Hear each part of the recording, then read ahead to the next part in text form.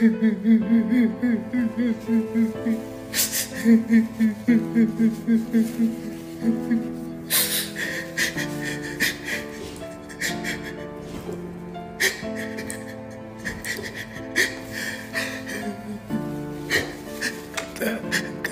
politik riang gembira.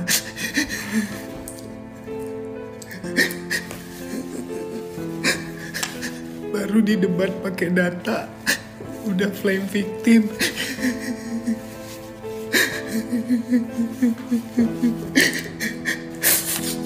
Mana yang katanya kalau kita disindir, kalau kita diserang, jogetin aja.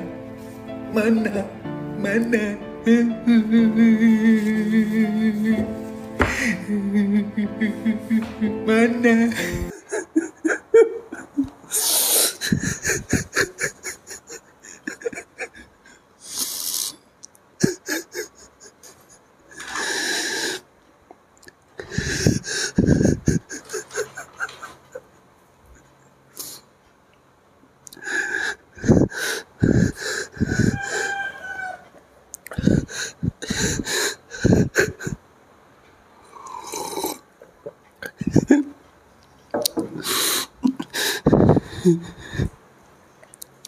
Setelah Gemoy, terbitlah Sad Boy, guys. Kayak bababo yang diserang gue yang sakit hati, ya Allah.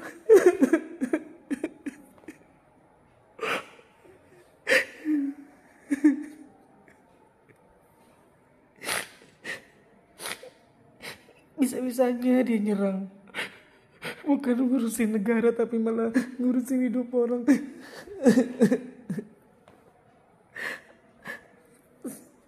Kayak gue sakit aja gitu denger. Kinerja Pak Prabowo cuma 11 dari 100, gila. Bisa-bisanya dia ngomong kayak gitu.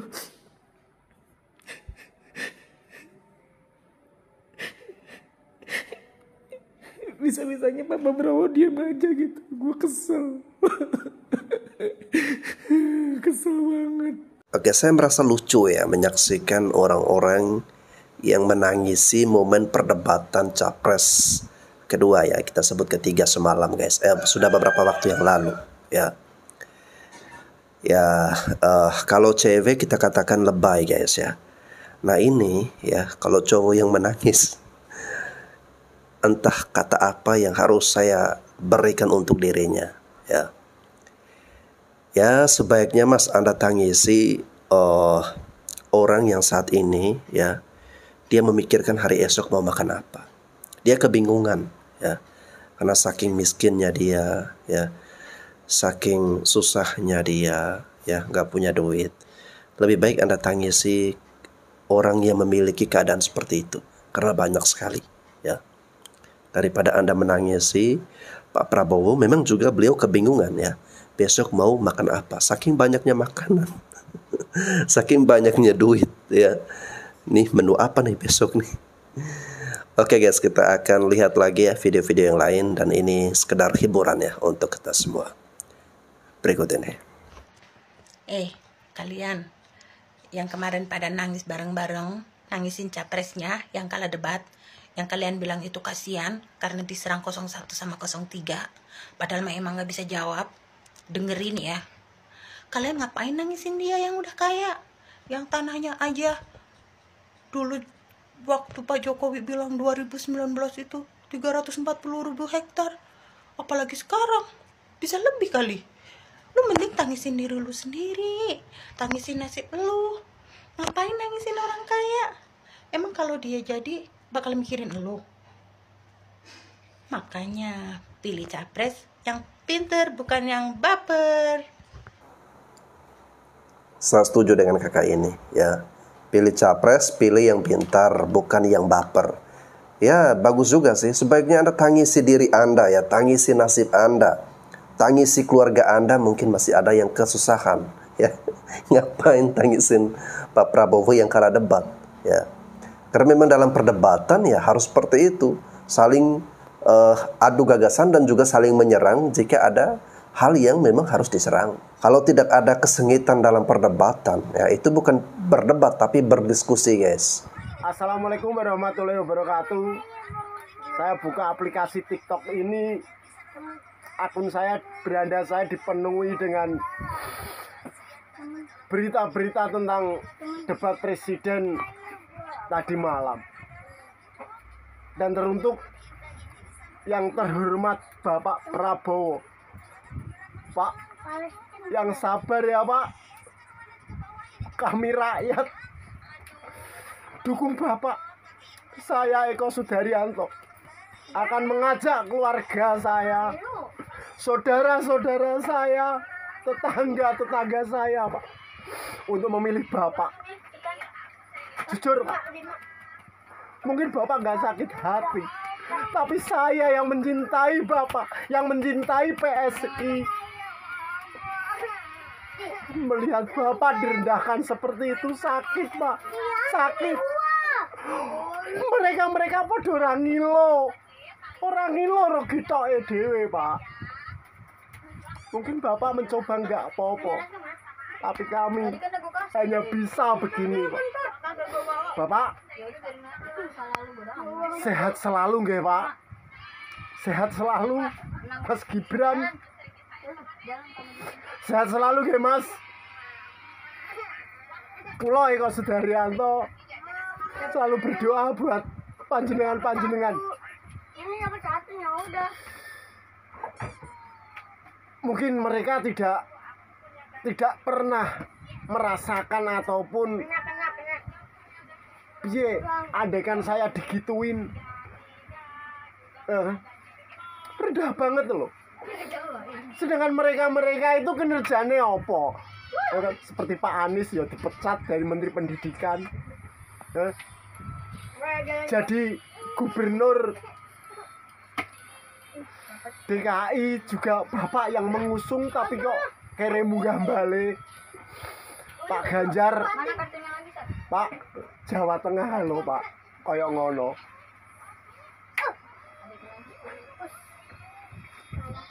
Jujur, saya sangat kecewa dengan panjenengan yang merendahkan Bapak Prabowo. Harusnya sampean sebagai pemimpin itu tidak seperti itu. Sudahlah,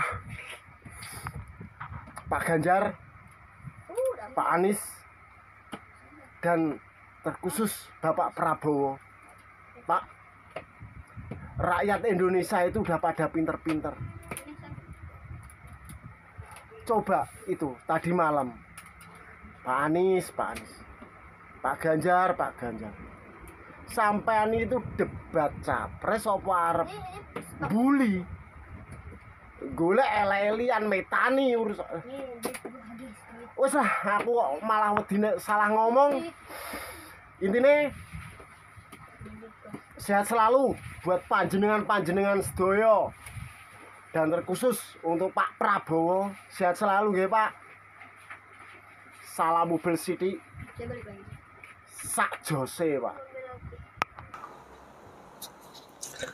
Oke Pak, tadi Bapak mengatakan bahwa rakyat Indonesia itu sudah cerdas ya. Oleh karena itu saya meminta kepada Bapak untuk ayolah ya, yang cerdas dikit lah ya.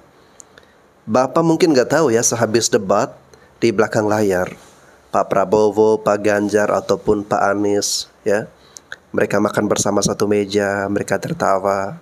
Lah kita, Anda harus seemosional seperti ini ya. Jangan mudah untuk dipengaruhi hal-hal politik guys ya. Maksudnya begini ya, bersikap sewajarnya ya. Kalau kita gembira ya gembira yang sewajarnya ya. Kalau kita sedih ya sedih yang sewajarnya. Segala sesuatu yang berlebihan ya, itu pada dasarnya nggak bagus atau nggak baik. Katanya pendukung gemoy ini kan riang gembira ya kan. Kenapa jadi sedih seperti ini?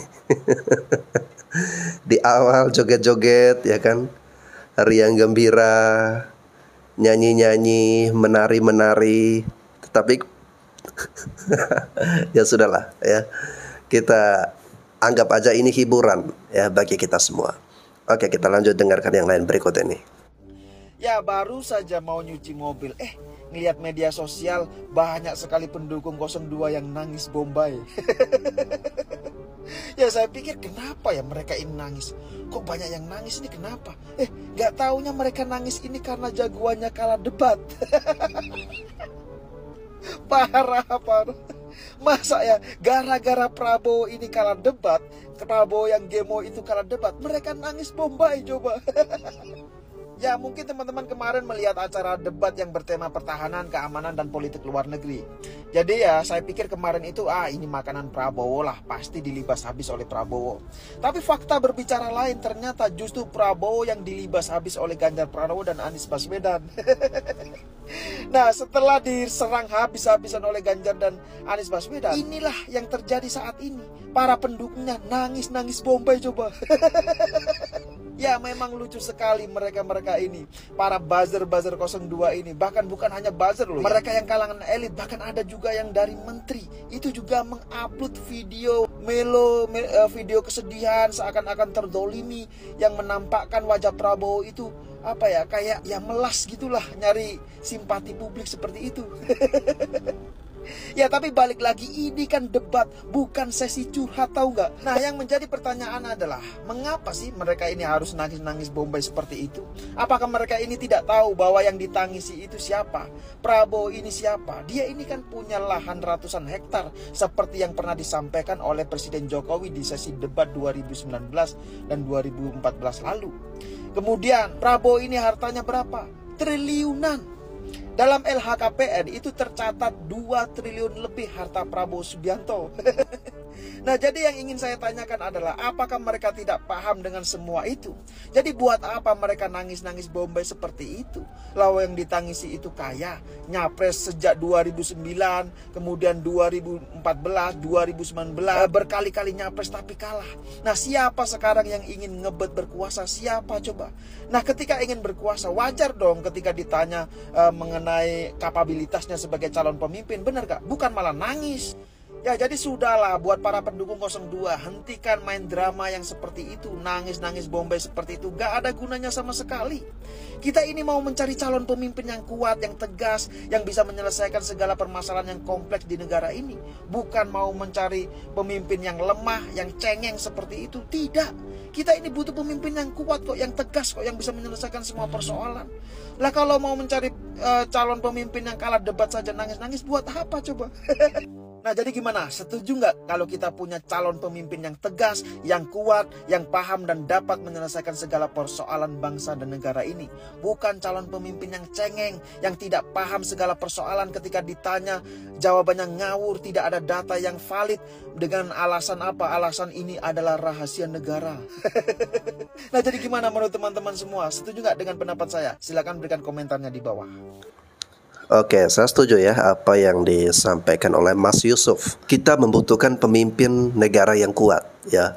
Pemimpin negara yang tidak lemah. Pemimpin negara yang sanggup menyelesaikan berbagai persoalan-persoalan bangsa, ya. Dan persoalan bangsa ya yang menyangkut dengan negara itu sangat kompleks, guys, ya. Nah, mentalnya harus kuat, tidak cengeng, ya, berkarakter dan tegas, ya. Nah, itu yang kita butuhkan. Makanya memilih pemimpin negara jangan pakai baper, ya. Tetapi kita gunakan dengan logika kita juga, ya. Ini bukan memilih pemimpin untuk disembah atau dikasihani, ya. Tetapi kita memilih pemimpin yang nanti mampu menakodai bangsa dan negara kita. Karena ya untuk menjadi presiden dia akan menghadapi berbagai macam tekanan, ya. Dan dia mentalnya harus kuat, ya. Disclaimer, saya bukan orang yang benci dengan Prabowo dan saya juga bukan pendukung capres manapun. Pertama saya ingin bilang framing seolah Prabowo adalah sosok yang tertindas, patut dikasihani karena debat semalam itu harus dihentikan. Kenapa? Sebab kita tidak ingin masyarakat memilih presiden hanya karena rasa iba atau kasihan. Dan saya yakin Pak Prabowo tidak menginginkan itu. Prabowo itu jenderal loh, Panglima TNI yang tentu hatinya tegar, tidak mungkin rapuh, hanya karena diserang dalam perdebatan. Kedua, perdebatan memang hakikatnya adalah ingin menunjukkan sejauh mana gagasan kita, satu. Dan kedua, ingin mengetahui sejauh mana pikiran dan ide sang lawan. Kalian bisa buka ulang deh gimana cara Prabowo berdebat di 2019 kemarin. Tidak jarang dia juga bahkan menyerang program dan ide-ide Jokowi. Jadi seharusnya fair dong ketika ada capres hari ini melakukan kritik terhadap kinerja Prabowo sebagai Menteri Pertahanan. Gimana menurut kalian? Debat kemarin tuh ya Pak Prabowo dirujak sama 01 sama 03 tag team deh. Sedih gue sih sebenarnya ngelihat di awal tuh Pak Prabowo udah bayi-bayiin Ganjar. Nggak taunya di akhir dia tag team sama Anies. Itu kalau di watchmojo.com tuh di YouTube tuh judulnya Top 10 The Biggest Enemy Betrayal. Gue tuh nontonnya ngakak tapi nangis juga gitu. Tapi dari awal pun gue udah nggak expect apa-apa sama Pak Prabowo. Meskipun Pak Prabowo ini emang pintar pertahanan, tapi gue tahu dia nggak jago debat. Jadi ya gue nggak expect apa-apa. Ya kita kasih kredit lah. Kemarin pemenangnya udah deh jelas 03. Ini 03 beruntung. Kenapa? Karena yang 01 fokus sama 02. Nih 03 sendirian nih. Dan di akhir dia ngegas. Ya nggak bisa dipungkirin yang menang Ganjar kemarin. Ini Pak Ganjar kemarin kan debat pertama tuh jadi NPC dia. Ini sekarang menang debat keduanya nih, hebat. Buat Pak Prabowo tenang aja. Kalah di debat nggak apa-apa. Yang penting bukan kalah pemilu. Di TikTok tuh ya ini 2 hari terakhir nih. Yang nangisin Bapak udah banyak. Tuh ibu-ibu pada nangis. Ya lumayan lah dapat simpati. Ya meskipun kalau di Twitter beda. Kalau di Twitter Bapak dirujak. Tapi lumayan di TikTok banyak yang simpati. Jadi kalau debat belum tentu kalah pemilu. Ya itulah hadiah hiburannya. Nah sekarang buat Pak Anies nih. Pak Bapak mesti bedain. Beli pesawat tempur bekas itu beda sama beli miokarbu bekas. Kalau pesawat tempur bekas itu yang ngerawat negara. Kalau miokarbu bekas yang bekas dipakai joki buat trek-trekan, ya beda konsepnya. Lagi juga ini mau 2030 emang banyak perang di mana-mana. Kalau beli baru kelamaan. Tapi kalau kita beli baru, datangnya Pak baru 3 tahun dan operasionalnya itu baru 7 tahun Pak. Nah sementara 3 sampai 7 tahun ini kita perlu deterrent. Gue cinta Anies. 2017 gue coblos Pak Anies. Gue tinggal domisili satu kelurahan sama Anies Baswedan. Kalau dia menang jadi presiden, gue juga ikutan bangga. Satu kelurahan sama presiden. Harga rumah gue pasti naik. Jadi gue ngomong apa adanya aja nih. Kemarin waktu Pak Anies ngasih nilai 11/100 ke Pak Prabowo tuh ya, itu blunder berat yang akan dibayar mahal. Percaya gue. Kenapa? Karena kemarin ngomong 11/100-nya sambil ketawa ketiwi. Sebut aja berapa? 11 Mas. Dari 100. Itu masalahnya. Ganjar ngasih 5 ya udah selesai. Ini 11/100 sambil ketawa ketiwi. Ini bukan masalah benar atau salah, bukan masalah boleh atau enggak, bukan. Ini masalah orang Indonesia. Majority nih orang Indonesia ngelihat Bapak itu kemarin pas bagian itu tuh, Bapak kayak bawang merah. Sinetron zaman dulu tuh ya bawang merah yang mainin Nia Ramadhani. Itu Bapak kemarin tuh. Nah, bawang putihnya Revalina S. Temat itu Prabowo kemarin. Lagi-lagi ini bukan masalah benar atau salah, bukan. Ini masalah majority orang Indonesia. Ya kalau pemilunya di Twitter Bapak pasti menang. Tapi memang Indonesia ini kan orangnya unik-unik. Kalau Gibran kemarin ke Caimin kelihatan agak kurang sopan. Menurut gua emang Gibran itu ekspektasinya kan dari dulu mukanya emang udah begitu. Dan Caimin juga gak tua-tua amat. Nah kalau ini Bapak itu kan dipersepsikan sebagai intelektual yang selama ini selalu ditindas sama rezim gitu loh. Selalu ditekan. Image-nya begitu kan. Jadi orang gak nyangka kalau Bapak bisa kayak begitu ke Prabowo. Dan ini Prabowo juga masalahnya orang tua. Lagi-lagi pemilih itu milih bukan gara-gara menang debat doang. Pemilih itu perspektifnya unik-unik emang. Bisa gue katakan ya, debat kemarin tuh, debat ketiga, debat capres kedua, debat total ketiga tuh, itu sangat mempengaruhi pilihan gue. Ya meskipun gue caleg, tapi gue orang bebas. Jangan disamain gue ya. Gue bisa milih siapa aja. Gue masih swing voters. Tapi kemarin gue mulai ada sedikit hati ke Ganjar. Sebelum ini sama sekali gak pernah kepikiran gue sama Ganjar. Tapi kemarin sedikit hati gue kebuka. Sedikit. Lumayan dah. Tapi gue mulai pertimbangin Ganjar. Bukan gara-gara dia menang debat. Coba tebak apa alasannya. Wah, luar biasa ya. Thank you Bang Gamal ya. Sudah mulai terbuka dikit ya untuk Pak Ganjar ya. Karena sebelumnya Bang Gamal ini lebih condong ke Pak Anies ya. Meskipun ya dalam beberapa materi yang saya perhatikan Bang Gamal ini emang netral orangnya guys ya. Dan memang betul apa yang disampaikan oleh Bang Gamal ini dalam perdebatan kemarin ya. Untuk pemenangnya ya, untuk yang tampilnya keren luar biasa itu di Pak Ganjar ya, karena Pak Anies fokusnya ke Pak Prabowo ya. Awal-awal itu Pak Anies dan Pak Prabowo ya, Pak Ganjar masih netral guys ya. Lalu kemudian pertengahan Pak Anies dan Pak Ganjar ya balik menyerang, kompak menyerang Pak Prabowo ya. Namun ya saya tidak melihat bahwa oh ini kasihan Pak Prabowo ya, kasihan dia diserang dan segala macam. Tapi memang harus seperti itu biar kita melihat ya mana gagasan yang tepat untuk apa ya, untuk kita melihat bagaimana ketika mereka menjadi pemimpin mampu membawa rasa kebanggaan ya di tengah-tengah suasana geopolitik yang mungkin akan kita hadapi ke depan dengan berbagai macam tantangannya. Bapak Ganjar ngasih nilai 5 kepada Bapak Prabowo sebagai Menteri Pertahanan Indonesia. Sementara Bapak Anies ngasih nilai 11 dari angka 100. Nilai 5 sama nilai 11. Sekarang buka deh di Al-Quran. Surat 5 ayat 11. Ini, ya Allah, ini kebetulan apa gimana ya? Bentar aku bacain. Surat 5 ayat 11, di mana ini ada surat Al-Maidah yang artinya, wahai orang-orang yang beriman, ingatlah nikmat Allah yang diberikan kepadamu. Ketika suatu kaum bermaksud hendak menyerangmu dengan tangannya, lalu Allah menahan tangan mereka dari kamu. Dan bertakwalah kepada Allah, dan hanya kepada Allah lah hendaknya orang-orang beriman itu bertawakal. Ini guys, surat 5 ayat 11, surat Al-Maidah. Ini yang, ya Allah, merinding banget gitu kan, yang dimana pas baca artinya sesuai banget dengan fakta di lapangan, yang dimana Bapak Prabowo ini diserang jor-joran kan di atas panggung, ditonton jutaan mata memandang. Guys, bisa aja kan waktu itu Bapak Prabowo melawan dengan mengomentari kedua paslon tersebut. Tapi apa guys, Bapak Prabowo ini diam, bahkan sampai geleng-geleng kepala, mungkin gak nyangka banget gitu kan. Bahkan Prabowo ini sampai nangis, yang dimana wanita-wanita Indonesia juga sama ikutan sedih.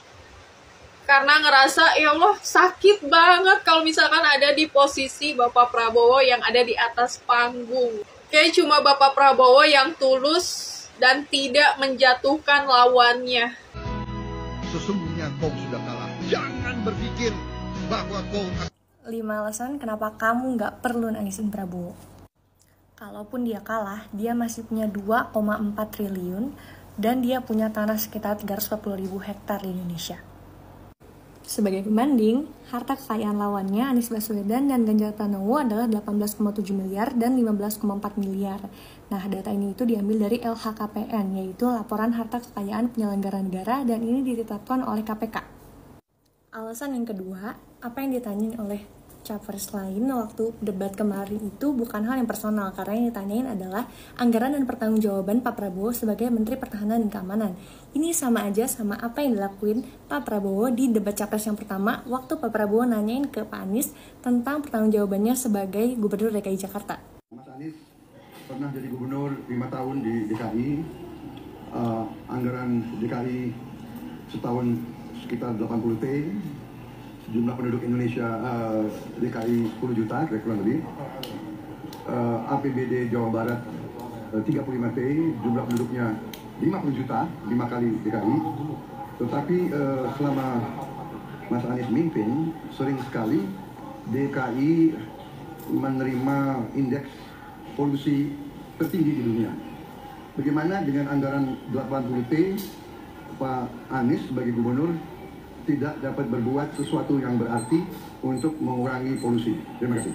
Selain anggaran dan pertanggungjawaban, apa yang ditanyain oleh capres lain tentang kepemilikan tanah Pak Prabowo juga bukanlah hal yang personal, karena sertifikat tanah punya Pak Prabowo itu hak guna usaha, bisa dicari sendiri. Hak guna usaha itu hak untuk mengusahakan tanah yang dikuasai langsung oleh negara. Ini cuma one search away ya. Justru, demokrasi di negara ini bisa turun kalau pertanyaan ke pejabat tentang pertanggungjawaban anggaran dan kepemilikan kekayaannya didefinisikan sebagai serangan personal. Kebayang nggak kalau misalnya orang yang kepilih, pas kita nanyain kekayaannya dari mana, kita dianggap nyerang personal.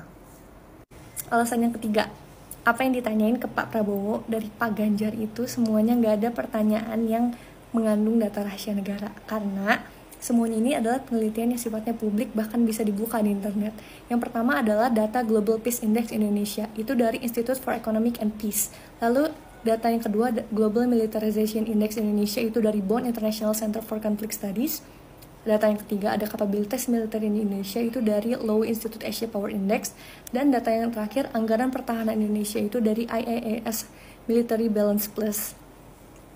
Kalau yang disebut sebagai rahasia negara itu bisa jadi kalau misalnya ditanya nih, senjatanya ditaruh di mana, tanknya ditaruh di mana, markasnya ada di mana, itu baru rahasia negara.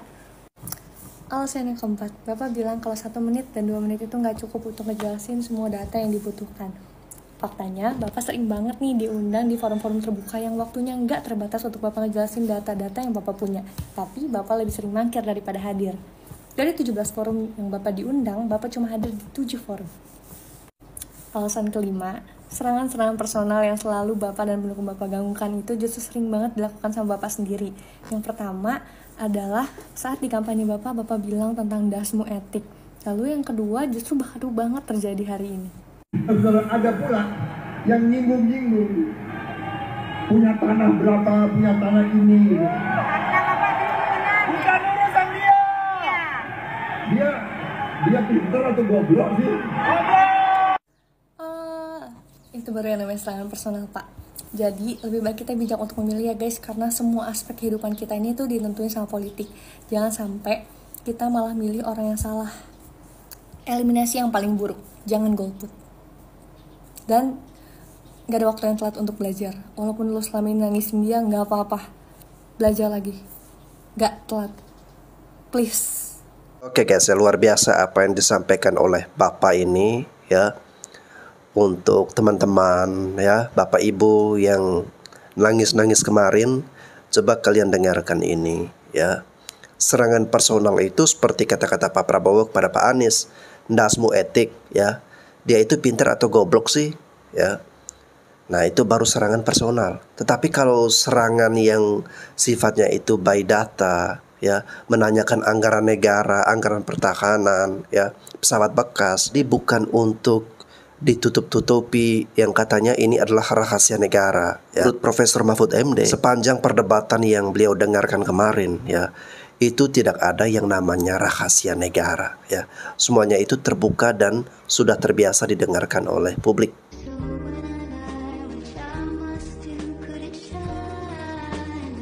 Habis lihat debat capres, saya nggak tega. Pak Prabowo dikeroyok sama Pak Ganjar dan Pak Anies. Dari tadi saya nangis terus. Dari tadi nangis sampai penuh. Air mataku sampai penuh. Tega banget Pak Ganjar sama Pak Anies. Harusnya kalau debat capres itu jangan menyerang personal. Contoh tuh Pak Jokowi 2014-2019, beliau tidak menyerang personal. Beliau cuma menanyakan, menjelaskan bahwasanya Pak Prabowo itu punya tanah ratusan hektar. Terus Pak Jokowi juga cuma bilang beliau bukan pelanggar HAM, tidak pernah menjadi pelaku kekerasan. Cuma seperti itu. Jadi buat Pak Ganjar dan Pak Anies, terutama Pak Ganjar, besok-besok kalau debat jangan nanya soal data-data apapun sama Pak Prabowo ya. Jangan ya, kasihan, saya nggak tega. Ini air mata sampai penuh. Kami tidak punya potongan diktator atau otoriter. Kami tidak punya rekam jejak melanggar HAM. Kami tidak punya rekam jejak melakukan kekerasan. Saya tahu Pak Prabowo memiliki lahan yang sangat luas di Kalimantan Timur. Mohon maaf. Sebesar 220.000 hektar. Juga di Aceh Tengah 120.000 hektar. Pak Prabowo kalau udah diserang personal teh Pak, Bapak teh serang balik Pak. Kenapa sih Bapak teh terlalu fokus sama visi misi dan solusi untuk negara Indonesia? Jangan gitu Pak, jangan membiarkan diri sendiri terlalu dizolimi Pak. Kalau Bapak gak mau serang balik paslon nomor 1 dan 3, berikan saya kekuasaan untuk menyerang personal nomor 1 dan nomor 3. Masalahnya mereka udah terang-terangan Pak. Bilang katanya kami tidak butuh bapak negara saja, kami butuh ibu negara. Naon coba Pak? Justru karena Bapak duda, Bapak fokus terhadap bangsa Indonesia. Dapur Bapak itu cuma satu, bangsa Indonesia. Tak kudu mikiran dapur di imah geus ngebul atau acan. Ya, saya lebih baik memilih calon presiden yang duda dan fokus akan negara daripada yang udah punya istri tapi terciduk nonton bokep. Jujur pasti kalian sedih kan lihat ini. Sama gue juga sedih lihat muka beliau. Cuman kalau dipikir lagi kayaknya gue yang lebih layak dinangisin. Masa gue mau nangisin kakek-kakek yang punya harta triliunan? Lagian ngapain sih Pak? Mau nyapres lagi? Udah kemarin udah gagal tuh, udah stop. Kalau nggak jadi kepala yang mengkaderisasi politisi berikutnya kan lu lebih bagus gitu. Akhirnya kan pendukung lu malah baper kan ngeliat lu, kasihan. Bukan malah adu argumen, sekarang malah adu perasaan jatuhnya. Seolah-olah lu terintimidasi banget, muka lu melas, padahal ini forum diskusi argumen. Lihat di akun pendukungnya Pak Anies sama Pak Ganjar itu malah mentertawakan, malah bangga lihat orang-orang yang nangis demi Prabowo. Loh, kalian kok malah bangga? Kok kalian malah mentertawakan? Bro, ingat loh bro, Pilpres itu cari suara. Ingat bro, bukan gaya-gayaan menang debat dan lain sebagainya. Bukan. Jadi kalau ada orang nangis demi Prabowo, itu artinya mereka pilih Prabowo bener-bener karena emosional, bukan lagi karena intelektual. Peduli setan, udah mau ngomong gagasan, mau ngomong apa, kalau udah pilihannya emosional, itu udah nggak peduli yang lain, udah pasti pilih jagoannya. Lah ini harusnya warning buat kalian bro, bukan malah kalian enak-enakan gitu loh. Waduh, ini bahaya. Jangan-jangan satu putaran itu bener-bener makin di depan mata ini loh bro. Ini kalian jangan terlena.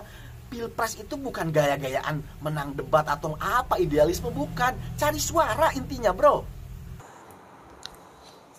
Oke ya. Justru dengan perdebatan kemarin, nangis-nangis kemarin ya, saya semakin tidak yakin ya kalau kemenangan satu putaran itu akan dimenangkan oleh Pak Prabowo ya. Karena justru akan mengurangi simpati ya. Karena untuk memilih pemimpin ya, jangan pakai perasaan, jangan pakai baper, jangan pakai nangis-nangis lebay bombay seperti itu ya. Yang kita pikirkan ini adalah nasib bangsa dan negara kita ke depan ya. Berbagai tantangan-tantangan persoalan yang harus diselesaikan, dan itu semua membutuhkan pemimpin yang kuat dan tegar ya. Bukan yang lemah, cengeng dan emosian ya. Ya, kita menertawakan orang-orang yang nangisin Pak Prabowo ini karena kita anggap mereka kurang cerdas ya, mohon maaf ya. Karena bisa saja di belakang layar ya, Pak Anies, Pak Prabowo dan juga Pak Ganjar makan bersama dalam satu meja ya, tetapi tidak tersorot kamera. Emang Anda tahu soal itu ya?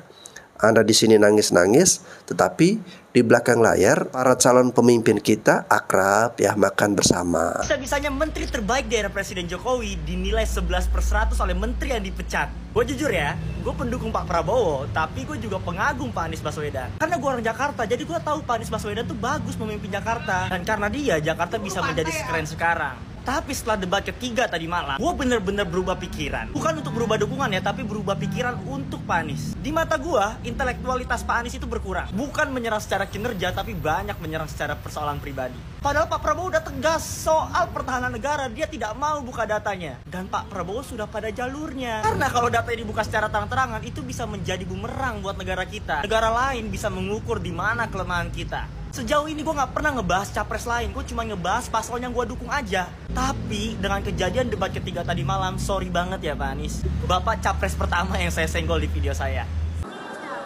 Punya tanah berapa, punya tanah ini.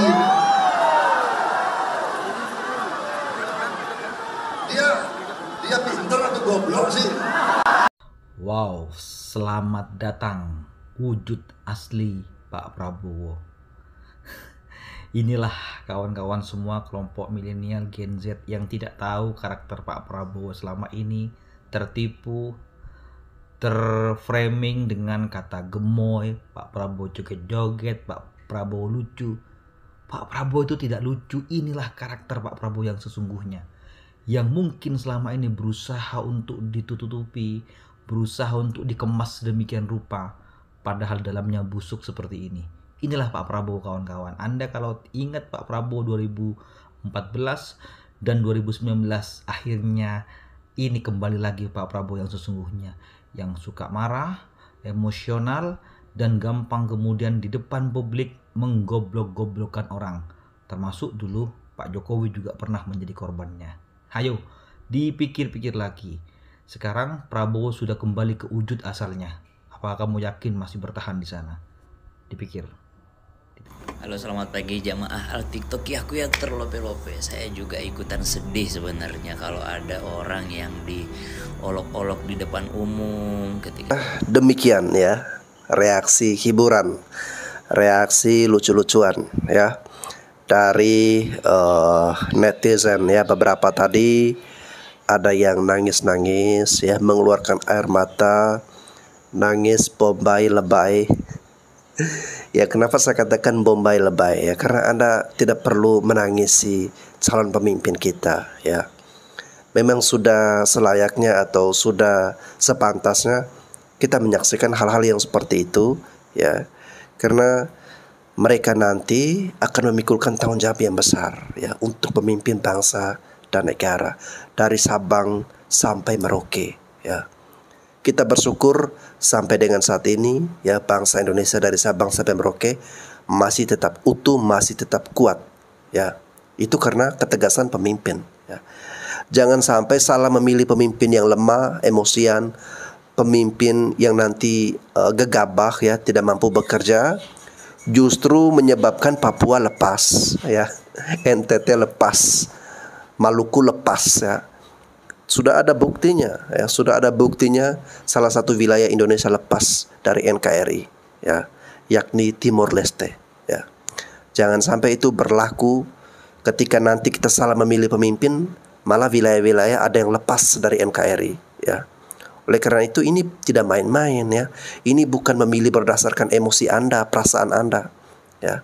Tetapi kita memilih pemimpin yang kita ukur dari apa? Dari rekam jejaknya, dari gagasannya ya, dari cara dia beradu argumentasi. Yang kuat itulah yang kita pilih ya. Yang punya kejeniusan ya, itu yang kita pilih. Karena memang kita membutuhkan pemimpin yang kuat, yang tegas ya, yang karismatik, yang berkarakter ya. Karena tidak mudah untuk menjadi pemimpin bagi bangsa dan negara kita. Kita ini bukan Singapura yang luas wilayahnya kecil banget guys ya, atau Malaysia yang kecil banget ya. Tapi ini Indonesia guys. Oke teman-teman ya, semoga dengan video seperti ini kita makin cerdas ya. Saya Bastian Sebo, sekian dan terima kasih.